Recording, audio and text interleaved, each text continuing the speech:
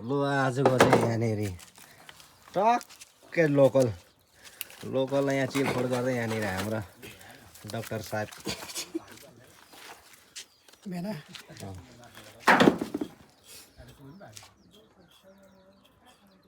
बेना कति हेऱ्यो तपाईँको अन्दाज चाहिँ 55 हेरेको भाइ 55 हाम्रो यता भेनाको चाहिँ 55 हो तेरो चाहिँ कति हेऱ्यो भाइ मेरो 48 हो त 48 48 मासु छ 50 त नाम छ यसमा म त अघि सुँगुर हेरेर 16 मात्रै भनेको कि भरे यसो बोकेको त निकै भारी रहेछ मेरो चाहिँ 55 हो कि 60 हो 50 त हुँदैन होला सिलेक्टका लाग्यो सिले ऊ यहाँ एउटा भाडा ल्याऊ भाइ 55 भयो भने चाहिँ नि भाडाले मान्छे भाडा लिएर आइज भाडा भाडा लिएर दुईवटा भाडा ल्याउनु नि भाइ एउटा उघाउने बाटी हो एउटा डोको पनि लिएर आइज डोको उयसको कर्जी मर्जी ल्याउनु मासु चिजको दामी हुन्छ पोलेर खानु त्यो दामी हुन्छ नि त च्यापुको गाडाको कम्ती मिठो हुन्छ पोलेर खानु अब कान कुन चाहिँ मिठो हुन्छ अरे ठिकै यो कानको भित्रको कान सबै मिठो हुन्छ यस्तो छ नि योहरू यस्तोहरू दामी हुन्छ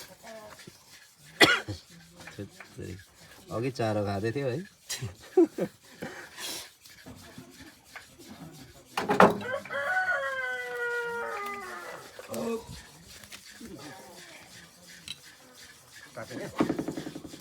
ला तिमीलाई कसले यसो गर्नुला त्यही त खोइ बाटो चाहिँ खन्नु हातै निकाल्नु छ अहिले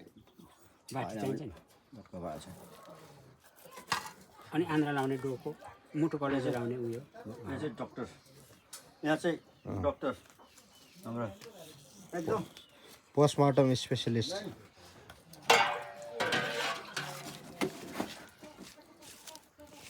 हेम्बाङ आएन क्या आज चाहिँ दा आएको छ त्यो जिब्रो पनि दामी हुन्छ नि जिब्रो दामी म त तर यस्तो गरेको देखेँ भने त मासु खानु भएर साह्रो लाग्छ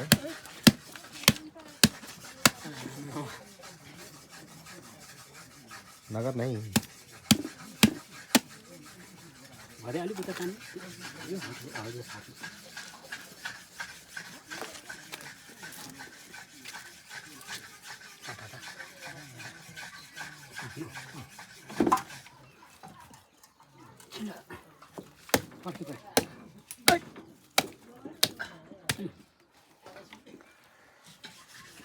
चौध दसैँ चाहिँ आज हो कि भोलि हो भोलि हो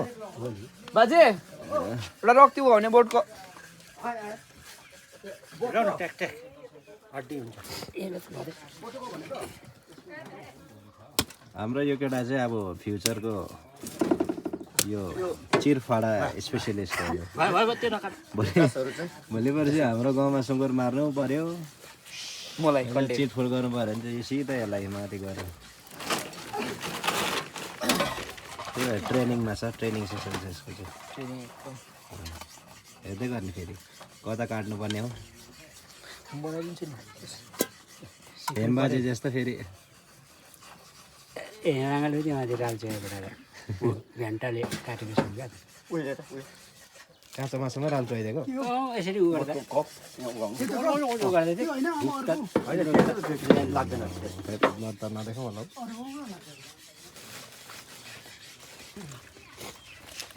यो चाहिँ के हो यहाँ काट्नु पर्यो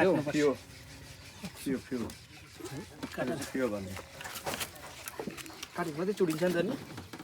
यतिको पुरै जान्दैछ नि रेट आइ त अन्त मान्छे पनि रेट लाग्छ जस्तो छ हौ हाम्रो भेनाले पङ्खासेको चोरलाई चाहिँ रेट्नु पर्दैन नि साँच्ची के गरिदियो चोरलाई चोर होइन त्यो बिचरा कसको छोरा थियो आया आया भन्दै चोर सास नलिने हो त्यो काटेन हो छ पनि एकदम अलिक त्यो टाउको मात्रै हो सास नलिएसम्म ब्लड आएको रहेछ नि माला कता गरिन्छ मालाको यही होइन हो त माछाबाट निकाल्नु छ माछाबाट निकाल्नु को ताके त माछा कम्ती हुन्छ तल माथि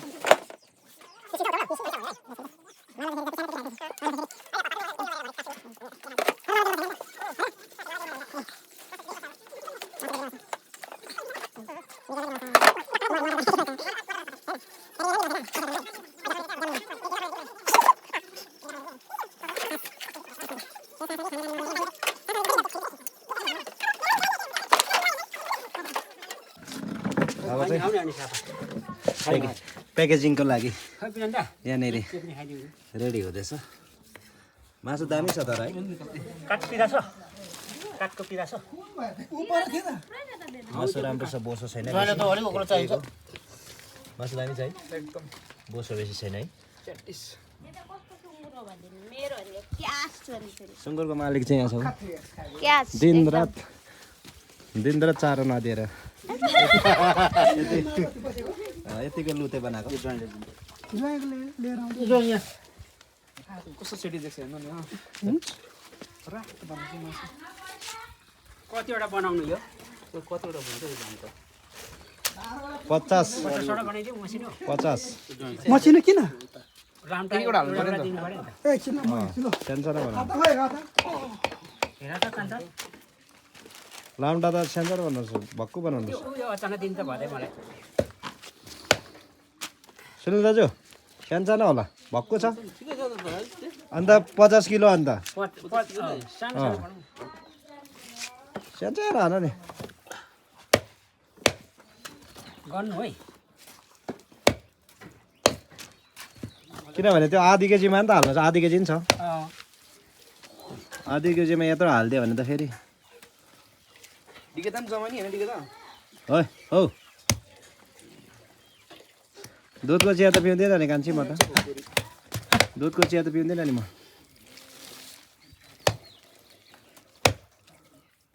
खुट्टा चाहिँ 1-1 केजी गरेर निकाल्दिनँ एक केजी यति हुन्छ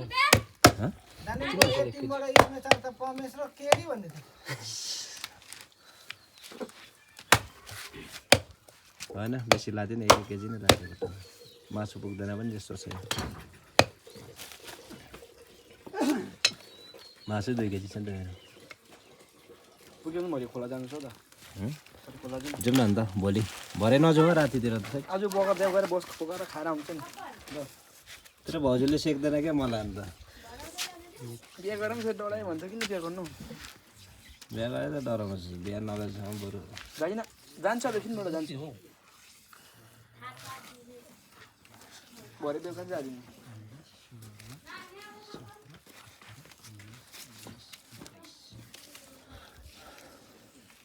कति केजी हुन्छ अरे ऊ चाहिँ हाम्रो मासु यो तपाईँको 45 केजी हुन्छ होला हँ 45 अन्त मासु चाहिँ किन 50 केजी लगाएको मैले कहाँ लगाएँ तिम्रो चाक फेरि तासेर यहाँ जोड्नु नपरोस् नि फेरि मासु चाहिँ पुगेन भने तिम्रो चाकहरू तासेर नि यहाँ फेरि 50 आजको जमानी त 50 पुगेन भने 45 भन्दैछ क्या है तिम्रो चाक तासेर फेरि यहाँनिर 50 पुऱ्याउनु नपरोस् दाजु भयो त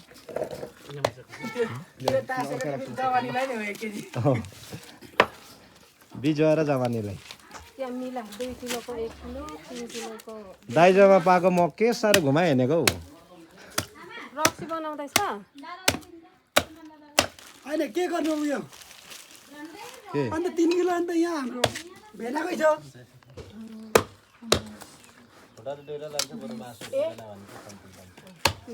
मासु एक किलो लैजाऊ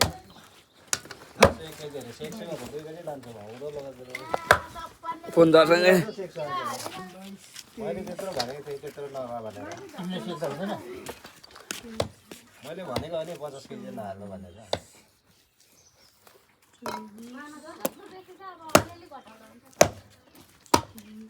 कति हाल्यो हाम्रो 3 केजी हालेछ तपाईँको 2 केजी 2 केजी आमाले 1 केजी बुहारीले 1 केजी आउँछ आमाले 1 केजी पछाडि के भएन 1 केजीको मात्रै हाल्छ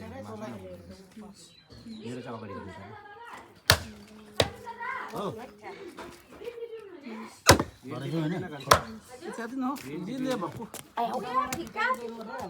फिका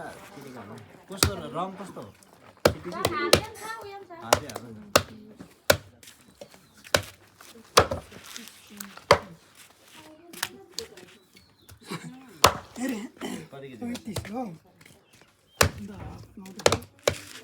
तो पहिला अहिले छ न अहिले मासु हेर्न कति हुन्छ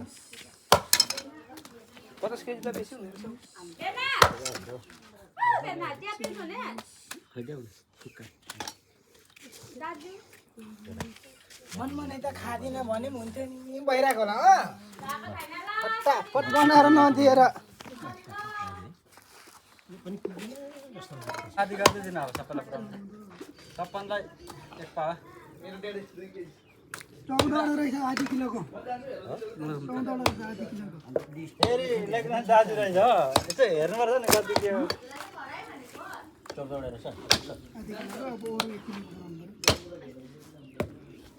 22 किलो जस्तो लाउनु भनेको नि मैले अहिले त मासु पुऱ्याउनु के टेन्सन छैन सन्डेको लानु त त्यसलाई उसले भेटिहाल्छ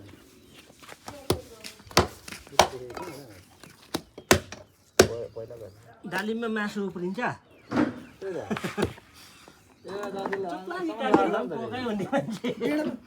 फेरि लेखाउँदै गरेको मलाई थाहा छैन त्यसलाई त थाहा पनि हुनु भएन नि त दाजु 3 महिना बादमा यत्रो भइसकेसम्म एकपल्ट चारो दियो नि यो पकाउनु लागि भएन अहिले होइन हौ त्यो जोड्नु पकाउने नसोधा न यहाँ मासु लानु होला जस्तो भइसक्यो भिडियो सुट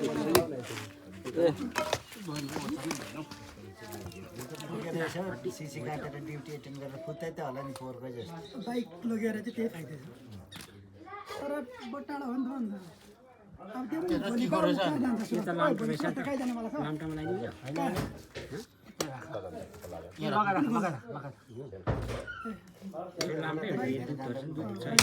बाइक नलानु भने इस नम्बर जाने